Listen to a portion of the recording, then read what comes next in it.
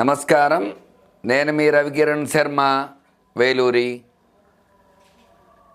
మరి ఫిబ్రవరి నెల రాబోతోంది కదండి. మరి ఫిబ్రవరి నెలలో ఏ ఏ రాశుల వారికి ఏ రకమైనటువంటి అనుకూలతలు ఉన్నాయి, ఏ రకమైనటువంటి ప్రతికూలతలు ఉన్నాయి, గ్రహబలం ఏ విధంగా ఉంది, గ్రహాలు అనుకూలంగా ఉన్నాయా ప్రతికూలంగా ఉన్నాయా అనే విషయాన్ని గురించి ఈరోజు మనం చెప్పుకోవడం జరుగుతుంది. మరి ఫిబ్రవరి నెలలో నవగ్రహ పరిపాలన ఏ రకంగా ఉంది, నవగ్రహాలు ఏ రాశుల్లో సంచారం చేస్తున్నాయి, ఏ రాశుల వారికి ఏ గ్రహ అనుకూలతలు ఉన్నాయి అనే విషయాన్ని గురించి చెప్పడం జరుగుతోంది. మరి గ్రహాలకు అధిపతి అయినటువంటి రవి మొట్టమొదటగా ఫిబ్రవరి 12వ తేదీ వరకు కుంభరాశిలో సంచారం చేయడం జరుగుతుంది. తదుపరి మీనరాశిలో సంచారం చేయడం జరుగుతుంది. అందువల్ల ఈ యొక్క కుంభరాశిలో మీనరాశిలో రవి సంచారం, కుంభరాశిలో సంచారం చేసినంత వరకు కూడా ఈ యొక్క కుంభరాశి వారికి ప్రతికూలతలు ఉంటాయి. అట్లాగే మీనరాశిలో సంచారం చేసిన తర్వాత మీనరాశ్యాధిపతి గురుడు కాబట్టి గురుడు ఉన్న రాశులు ఏవైతే ఉన్నాయో ఆ రాశులన్నిటికీ కూడా అనుకూలతలు వచ్చే అవకాశాలు ఖచ్చితంగా ఉంటాయి. అట్లాగే ఈ యొక్క నవగ్రహాల్లో తదుపరి గ్రహం చంద్రుడు ప్రతినిత్యము కూడా మారుతూ ఉంటాడు, నక్షత్రాన్ని బట్టి మారుతూ ఉంటాడు. కాబట్టి ఈ యొక్క 2.5 రోజులకు అంటే 2.5 నక్షత్రాలకి ఒకరోజు ఒక్కొక్క రాశి మారి ఇంకొక రాశిలోకి వస్తూ ఉంటాడు చంద్రుడు.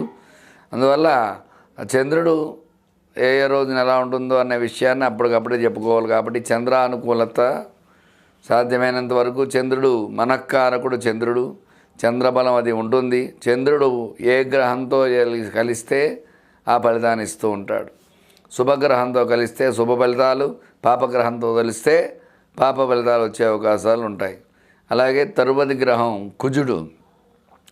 ఈ యొక్క కుజుడు ఫిబ్రవరి 24వ తేదీ వరకు కూడా మిథున రాశిలో సంచారం చేస్తున్నారు.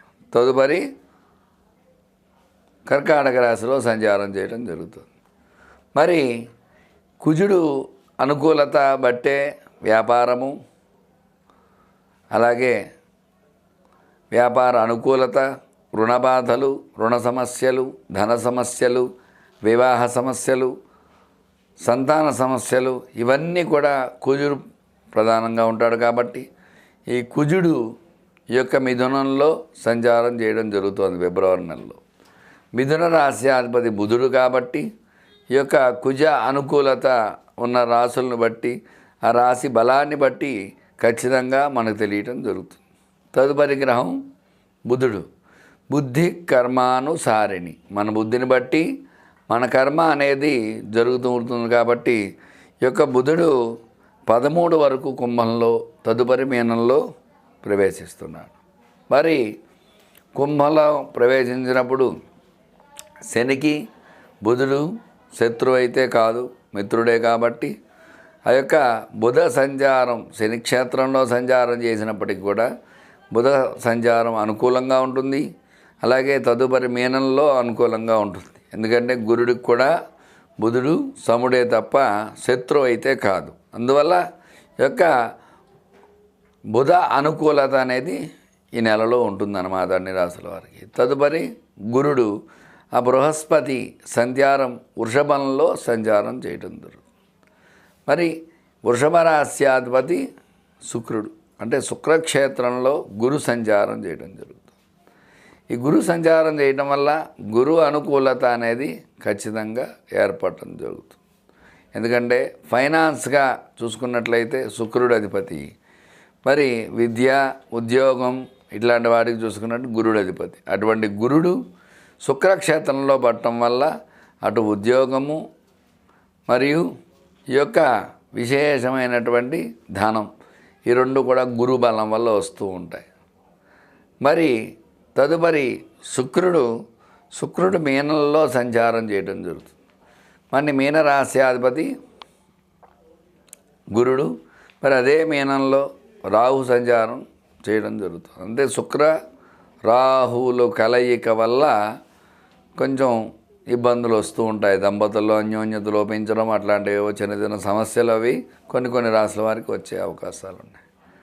మరి తదుపరి శని సంచారం, శని కుంభంలో సంచారం చేయడం జరుగుతుంది. కుంభరాశి అధిపతి శని కాబట్టి శని అనుకూలత ప్రతికూలతను బట్టి ఉంటుంది. శని వల్ల శని భగవానుడు ఆయన అనుగ్రహం ఇస్తే చక్కగా వివాహం జరుగుతుంది, చక్కటి ఉద్యోగం వస్తుంది, చక్కటి సంతానం కలుగుతుంది. చక్కటి అనుకూలతలన్నీ కూడా శని భగవానుడి వల్ల వస్తూ ఉంటాయి.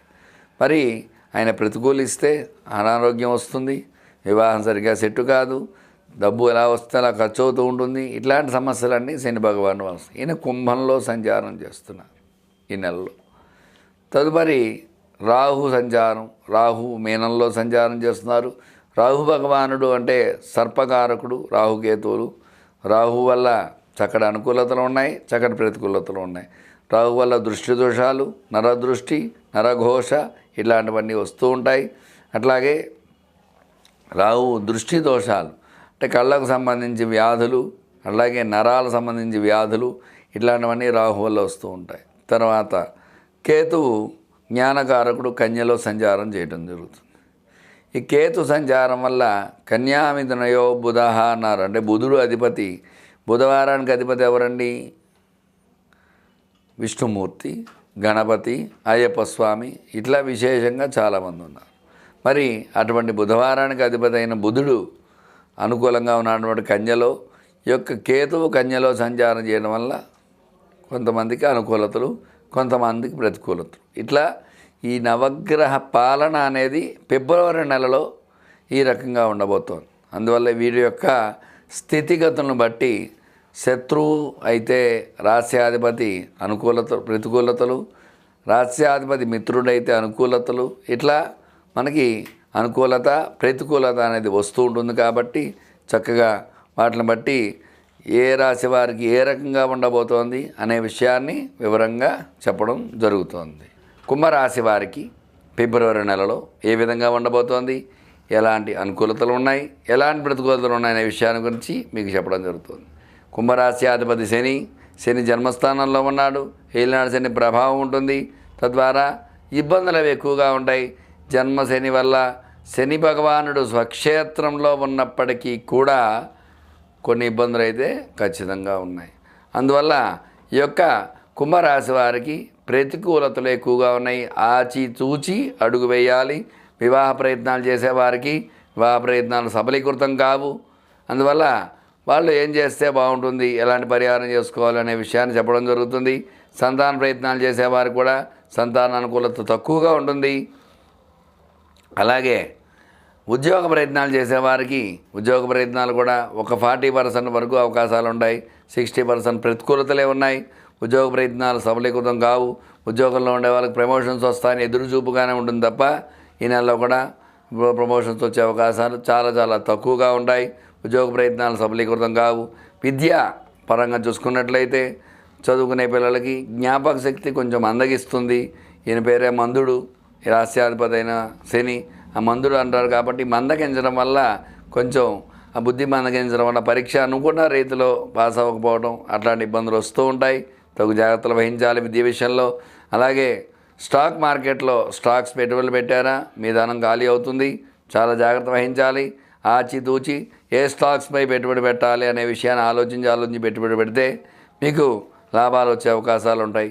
అట్లాగే రియల్ ఎస్టేట్ రంగం చూసుకున్నట్లయితే గతంలో ఎలా ఉందో ఇప్పుడు కూడా అలాగే ఉంటుంది.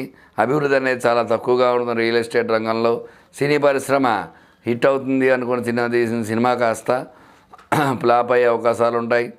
అనుకున్నది కనీసం మధ్యమంగా కూడా వచ్చే అవకాశాలు చాలా చాలా తక్కువగా ఉంటాయి. సినీ రంగం కూడా అంతంత మాత్రంగానే ఉంటుంది. ఈ రాశి వారికి కొంచెం ఇబ్బందులు ఉంటాయి.